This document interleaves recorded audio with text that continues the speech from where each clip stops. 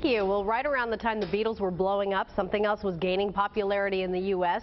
Fondue parties. They were all the rage, and if you weren't dipping meats and veggies and cheese, you were kind of behind the times, okay? Well, times have changed a little bit, but fondue is far from old news. Lifestyle expert Roni Proter is here with us this morning to show us some modern twists on that classic fondue dinner. Great to see you. Good to see you too. When you got married, did you get a fondue set? Yes, I actually everybody has that fondue set, and then I haven't used it though. No, yeah. See? And you're saying you need to get that out. I'm giving you a perfect excuse to bring it out and have a fun date night. This would be great to do with kids too. I think they would really enjoy this. So I'm going to have you pour a beer into this pot. Yeah, you were saying earlier you've chosen to do beer instead of wine. Okay, I've made this many times, and wine is traditional, but I just don't think it has the same taste. Do I pour this whole thing? The whole thing. We're going to put the whole thing in, and then a splash of vermouth. Ooh. I use vermouth all the time in substitute of white wine because it keeps on the shelf. Okay. All right, now you're going to put a little bit of thyme and that smells so good. So just, how much? You're just going to take this and just de-stem it. Yeah. So thyme has a really woody stem, and so you don't want that in, but yeah, you just want to pour that in. And then one whole clove of garlic. How did you discover that you liked when it was made with beer rather than wine? Okay, so traditional fondue is from Switzerland or Italy or France, and it's very mild. I think here in the United States we like bold flavors, bold cheeses. I agree. So I just found it a little bit bland. I wanted to spice it up a little bit. So I know the beer just adds a great flavor to it. We're doing the cheese one, right? Yeah. So what you want to do is you bring it up to a boil, and then I have mixed Gruyere and Swiss.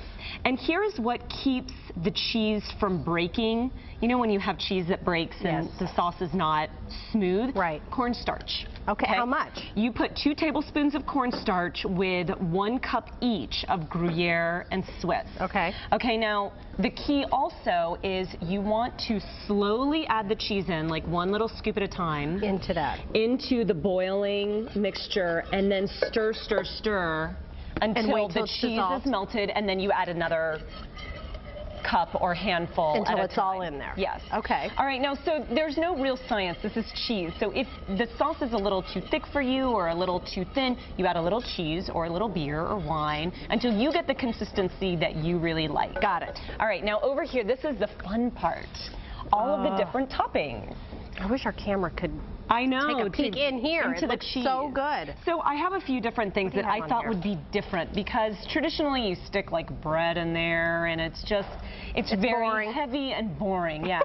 So I did some sausage. I did some lobster. Very nice. I did some salami. And you cut it into heart shape. Yeah, actually, why not? This came in heart shapes. What? Yes, there's I thought it was adorable. There's all different sorts of salami. Did you just get that at the grocery store? I got it at Central Market. Yeah. There you go. So then you just take it and you dip it. Right? And then it's like ooey gooey cheesiness. Brandon, you got to come over here and get a shot if you could. Inside this, what is this technically? Fondue pot? This is the cheese fondue, which is just beautiful. And what makes this so nice, I don't know if you want to try this. Are you a salami fan? Not really. You know who is Mike, and who's coming over here right now. You want to try some?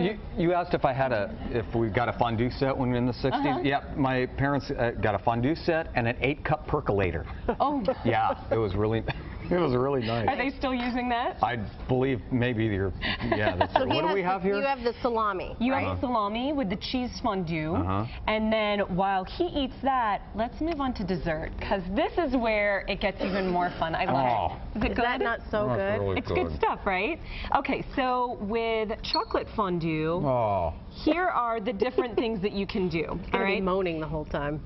All right. Wait, what did you do to do the chocolate? Chocolate is semi-sweet and bittersweet. Half and half? And cream. Okay. You do the exact same thing, 1 cup each. Okay. And then you melt it. I want another one of those.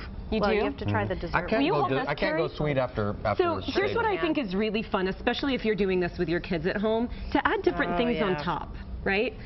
And then you have a cute, like, little sprinkle. And this is a great way to get your kids to eat fruit. Yeah. I'm just going to say, and you have some chocolate. raspberries and strawberries over there. Yeah, it's really hard to get your kids to eat fruit. When does marshmallow become a fruit? No, no, I don't. I'm enjoying the savory goodness of the cheese I'll go and in. salami. I'll go in. She's doing Going in.